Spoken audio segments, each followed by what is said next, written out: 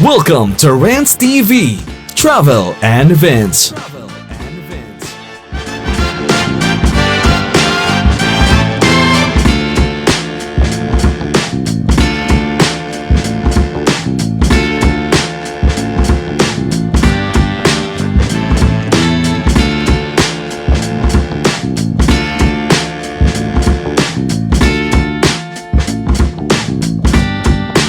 Hi guys, welcome back to my channel. Andito naman po tayo ulit ngayon sa Pasig River Esplanade Phase 1C for today's update guys as of August 29, 2024. Local time guys is 8 PM at maraming ang tao dito guys at umuulan din sa ngayon, kaya mga tao makikita nyo nakapayong siya. Kahit umuulan guys, dumadating pa rin yung mga tao kasi curious nga silang makita ang Pasig River Esplanade. Kahit Thursday guys, marami pa rin taong namamasyal dito. So dito sa baba, dito yung commercial space. Guys, if you're new to my channel, please consider subscribing and hit the notification bell in order for you to be updated on my upcoming videos.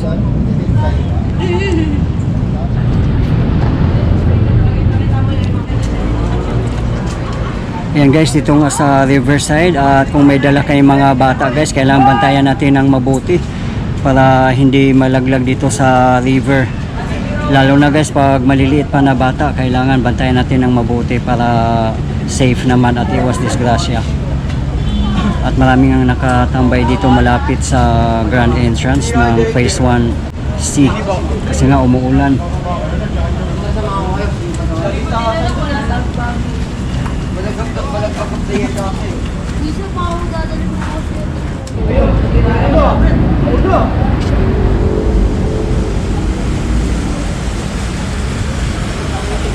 Ayan yung grand entrance guys na napakaganda, at sa harapan niya ay may fountain. So ito yung parang port dito guys. In future makakaroon siguro dito ng mga floating restaurants at saka mga boats. Yung tapat naman natin ay eskolta.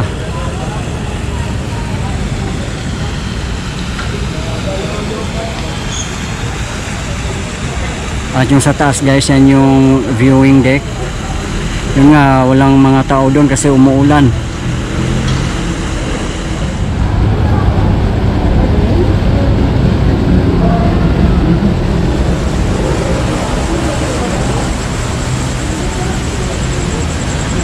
Yan sa labasan guys, meron ding vendor nagtitinda ng ice cream. Yan.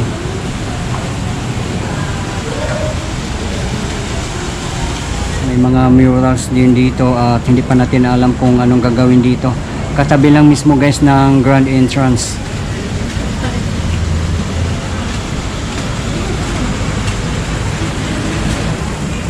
At napakadaming mga stores dito guys. So napakaganda dito guys pag mayroon ng mga kainan at mga iba pang shop. Mas lalo ng masaya. Basa guys kasi umuulan. Rain or shine din ang mga namamasyal dito guys. At masyado silang excited sa pagsi-selfie, pictorial. Kasi masyado silang na-amaze sa ganda ng Pasig River Esplanade. Guys, kung kayo ay mamamasyal dito, since wala pa coffee shop or restaurant, so mas mabuti magdala kayo ng mga food and drinks para hindi kayo mauhaw at magutom.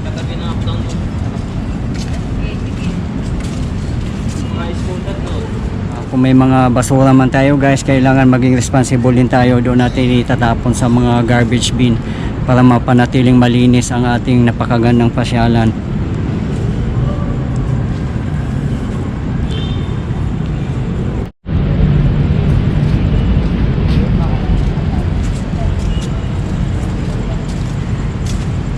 Napakagandang mamasyal dito guys kasi reflecting our heritage.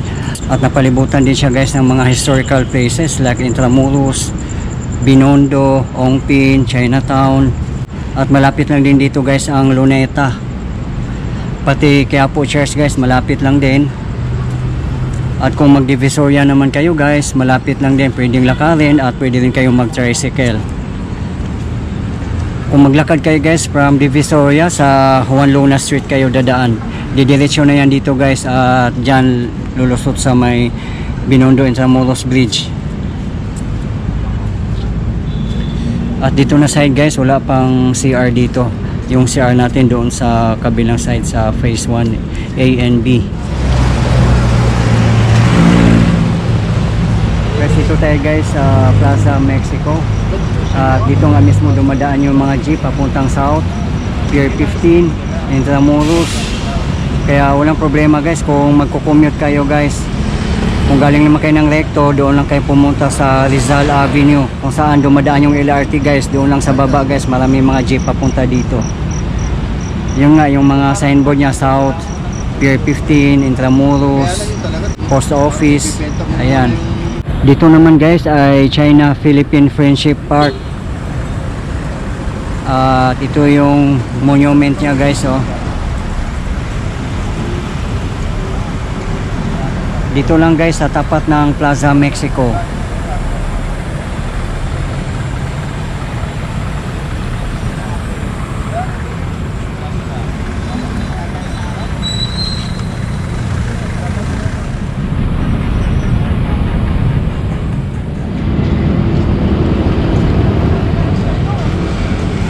Hello mga idol. So ayan guys, ang dami nang tao dito guys sa Binondo Intramuros Bridge, para na siyang park. Ang daming nag-chill dito, pipictorial. Napakaganda naman talaga guys eh. No doubt. Kaya dinadagsa siya ng mga tao. At maganda guys, wala na ngang ulan as of this moment.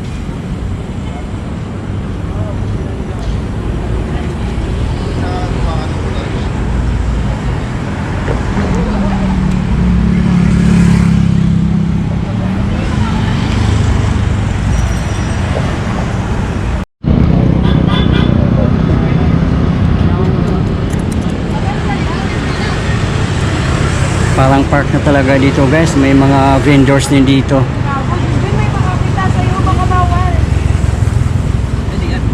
Pwede Sila yan. project nga ginawa yun eh.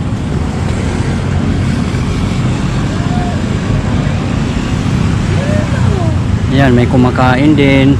May mga vendors dito guys, marami.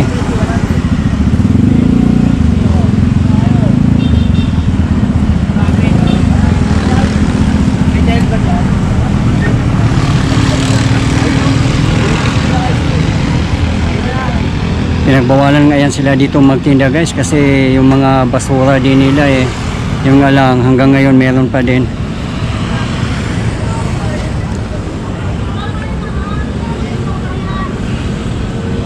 Yan, para na talaga siyang park dito guys. Oh.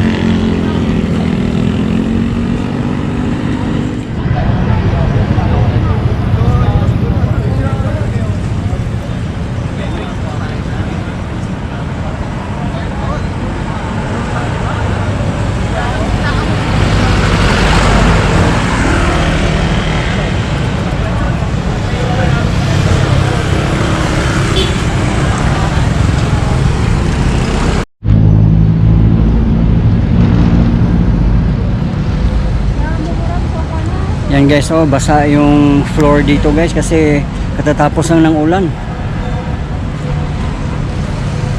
At dito na tayo mismo sa viewing deck. Yan naman ang napakagandang Jones Bridge. At sa tapat natin ay Escolta.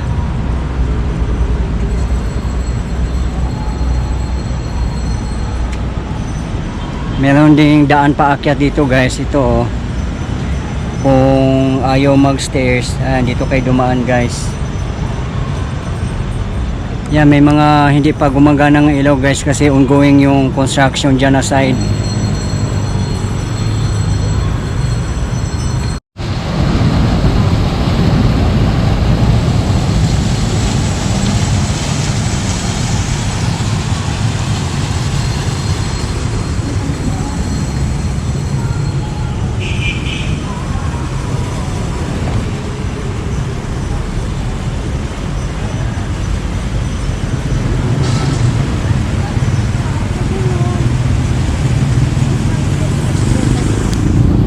Yan, may mga materials pa nga dito guys, oh.